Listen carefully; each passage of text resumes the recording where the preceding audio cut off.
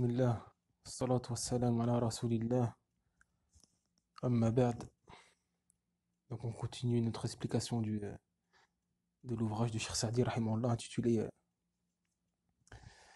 Le résumé des vertus de l'islam. Donc on s'est arrêté au 5e exemple, où le Cheikh, à travers ces exemples-là, il présente et expose les vertus de l'islam. Donc le 5e exemple est la religion de l'islam est la religion de la sagesse, de la nature saine, de la raison, de la réforme et de la réussite. Le Cheikh il dit, ce qui suit implique ce fondement. Ce que comporte cette religion comme commandements et règles fondamentales et auxiliaires qui sont acceptés par la nature saine et la raison, qui s'y soumettent, poussés par leur justesse, c'est-à-dire ces règles-là, règles de l'islam, sont poussées par leur justesse et leur exactitude, ainsi que par la perfection que ces commandements et règles renferment, leur ordre admirable et le fait qu'elles soient valables pour tous les temps et efficaces en tous les lieux. Il continue de dire, il dit, ces récits et informations, les récits de l'islam, de cette religion, ces récits et informations sont authentiques et véridiques. Il n'est jamais survenu et il est impossible qu'une connaissance survienne, ancienne ou future, qui les contredit ou les renie. Au contraire, toutes les connaissances justes les confirment et les soutiennent, et cela constitue la plus grande preuve de leur véracité. Il dit encore, toute science religieuse ou matérielle ou politique fut enseignée clairement par le Coran. Les chercheurs équitables ont certifié que toute science utile, c'est-à-dire science religieuse, science de la vie ou science politique, fut indiquée clairement par le Coran. La religion n'a rien prescrit sans que ce ne soit un bienfait absolu ou prépondérant, et n'a rien interdit sans que ce ne soit un mal absolu ou dont la nuisance est supérieure à l'utilité. Il n'y a pas dans la législation islamique une chose qui soit désapprouvée par la raison. Au contraire, les raisons sont saines, témoignent de sa véracité, de son utilité et de sa justesse. Les prescriptions de l'islam et ses interdits sont pure justice, exemptes de toute iniquité. Elle ne prescrit qu'un bienfait absolu ou prépondérant, et n'interdit qu'un mal absolu ou dont la nuisance est supérieure à l'utilité. Plus l'intelligent médite ses commandements et ses règles, sur ces règles, plus sa foi en ce fondement augmente et découvre quelle est la révélation d'un Seigneur sage, digne de louange.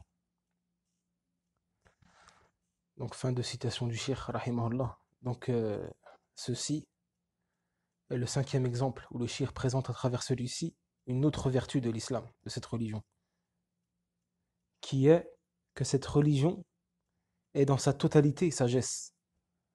Et c'est la religion de la nature saine, la religion de la raison, la religion de la réforme et la réussite. Et ceci fait partie des fondements de l'islam, et prouve et témoigne de sa perfection et sa grandeur. Et l'islam est venu avec toute sagesse, car c'est une révélation d'Allah Azza wa Jal, le sage, le digne de louange, l'omniscient. Il a légiféré pour ses serviteurs des commandements et des législations, dans lesquels il y a pour eux leur réforme et leur réussite et leur bonheur dans leur vie d'ici-bas et dans le delà. Et Allah est le très savant et le bien informé. Il est le très savant et le bien informé de ceux qui les réforment, de ceux qui les honorent et de ceux qui leur donnent la réussite. Donc toutes les règles de l'islam sont sagesse et elles sont conformes aussi à la nature saine, à la fitra, à la nature saine. Et l'islam complète la nature saine, la fitra. C'est pour ça que l'islam est la religion de la nature saine. Comme le dit Allah Azza wa Jal dans le Coran, il dit, telle est la nature saine qu'Allah a donnée aux hommes. Pas de changement à la création d'Allah. Voilà la religion de droiture, mais la plupart des gens ne savent pas. Et le prophète, sallallahu alayhi wa sallam, il dit à ce sujet, il dit, tout nouveau-né, né sur la nature saine, sur la fitra. Et ce sont ses parents qui le rendent juif, chrétien ou adorateur du feu. Donc dans ce hadith-là, le prophète, sallallahu alayhi wa sallam, il n'a pas dit le rend musulman. Il a dit tout nouveau-né né sur la nature saine, la fitra, qui est l'islam. Et ce sont ses parents qui le rendent juif, chrétien ou adorateur du feu. Il n'a pas dit le rend musulman. Pourquoi? Car à la base, le nouveau-né naît sur l'islam. Il est dans l'islam. Car l'islam, c'est la nature saine, la fitra. Et le prophète, sallallahu alayhi wa sallam, il rapporte les paroles d'Allah dans le hadith Qudsi, où Allah il dit, j'ai créé tous mes serviteurs musulmans. Et les démons, les shayatines, les ont alors détournés de leur religion. Donc l'islam est venu pour compléter la nature saine, et non pour la contredire ou la détruire, comme les autres religions. Les autres religions contredisent la nature saine et la détruit. Et l'islam, lui, il la complète. C'est pour cela que celui qui éduque les gens ou les enfants sur l'islam, en fin de compte, il les éduque sur une chose qui est innée en eux, dans leur nature saine. En les éduquant sur l'islam, il n'insère pas en eux une chose étrangère à eux. Tandis que celui qui les éduque sur autre que l'islam, il va insérer en eux une chose étrangère à eux. C'est pour ça que celui qui éduque sur autre que l'islam, celui qui éduque les gens ou bien les enfants sur autre que l'islam, il a besoin d'embellir son faux, son égarement, pour qu'il puisse détruire cette nature saine. Qui au début, celle-ci, cette nature saine, ne l'accepte pas. Il ne va pas accepter ce faux-là au début.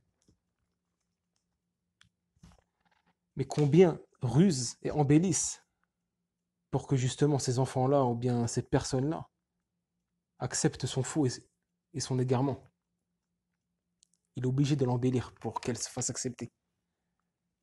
Pourquoi? Car à la base, ces choses-là, qui est autre que l'islam, que les gens ramènent aux gens, c'est une chose étrangère à la nature saine, à la fitra. Donc ils sont obligés de l'embellir et de ruser pour qu'à la fin, les gens et cette nature saine va l'accepter, va se corrompre et avec le temps, ils vont délaisser l'islam. Donc l'islam est la religion de la fitra, de la nature saine. Et aussi, l'islam est la religion de la raison.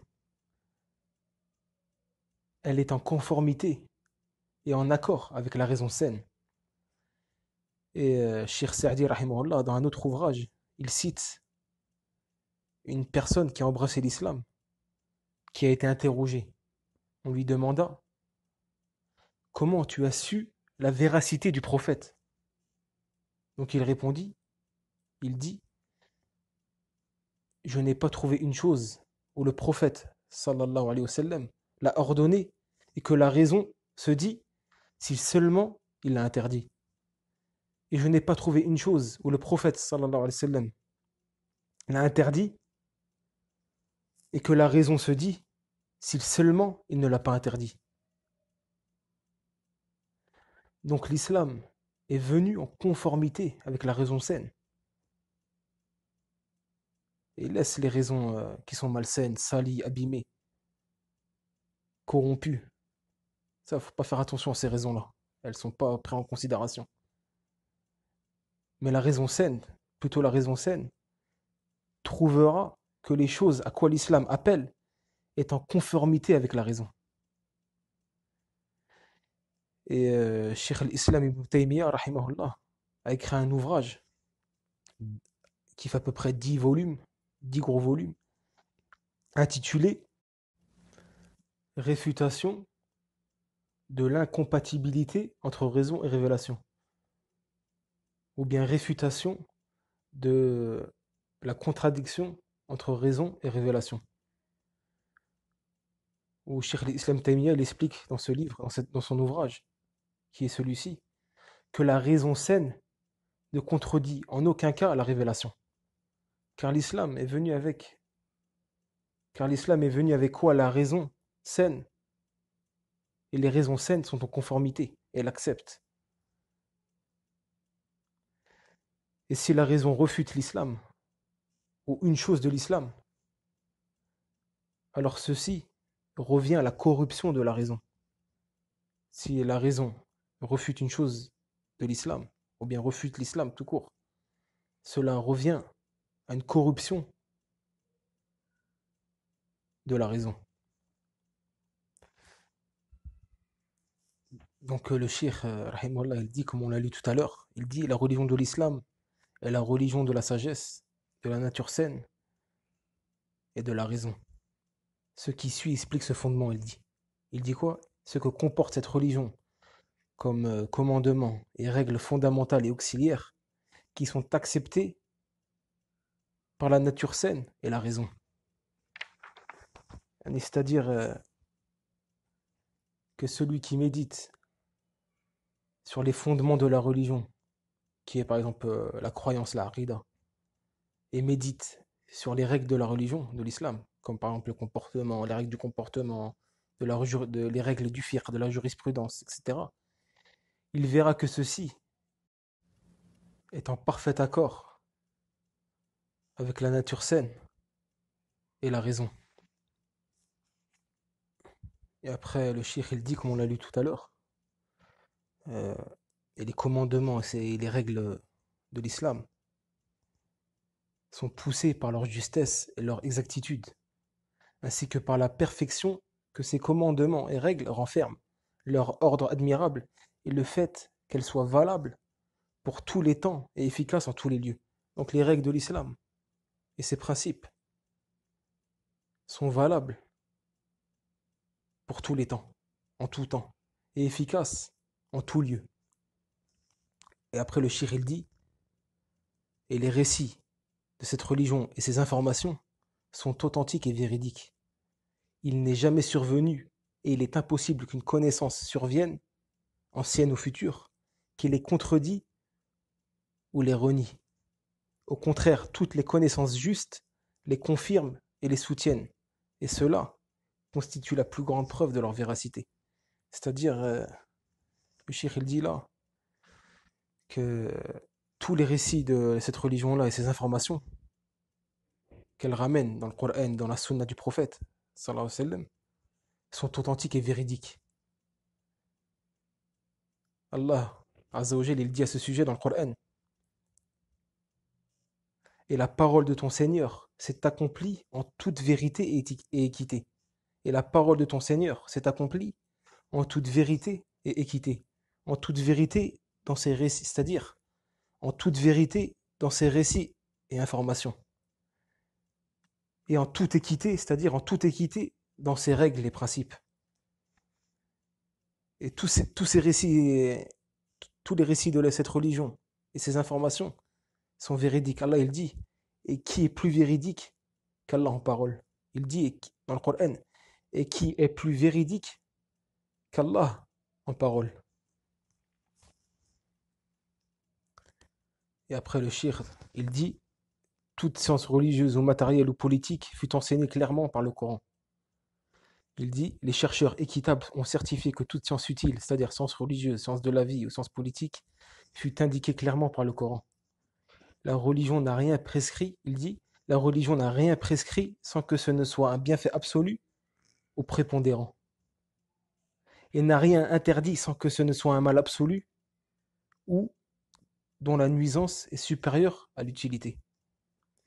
Il dit, il n'y a pas dans la législation islamique une chose qui soit désapprouvée par la raison. Au contraire, les raisons saines témoignent de sa véracité, de son utilité et de sa justesse. Il dit, ses prescriptions et ses interdits sont pure justice, exempts de toute iniquité. Elle ne prescrit qu'un bienfait absolu ou prépondérant, et n'interdit qu'un mal absolu ou dont la nuisance est supérieure à l'utilité. Après, il finit de dire le cheikh. Il conclut l'exemple en disant, plus l'intelligent médite ses commandements et ses règles, plus sa foi en ce fondement augmente et découvre quelle est la révélation d'un Seigneur sage, digne de louange. Et après ça, le shir passe à un autre exemple pour exposer une autre vertu de l'islam. Et cet exemple-là est que cette religion a prescrit comme jihad, comme lutte et comme ordonnance à tout bien convenable et interdiction de faire tout ce qui est mal et blâmable. Donc ça, c'est une autre vertu, un autre exemple que les shir entament ici, qu'on va voir Inch'Allah au prochain cours. Wallahu a'lam wa sallallahu ala nabiyyina Muhammad.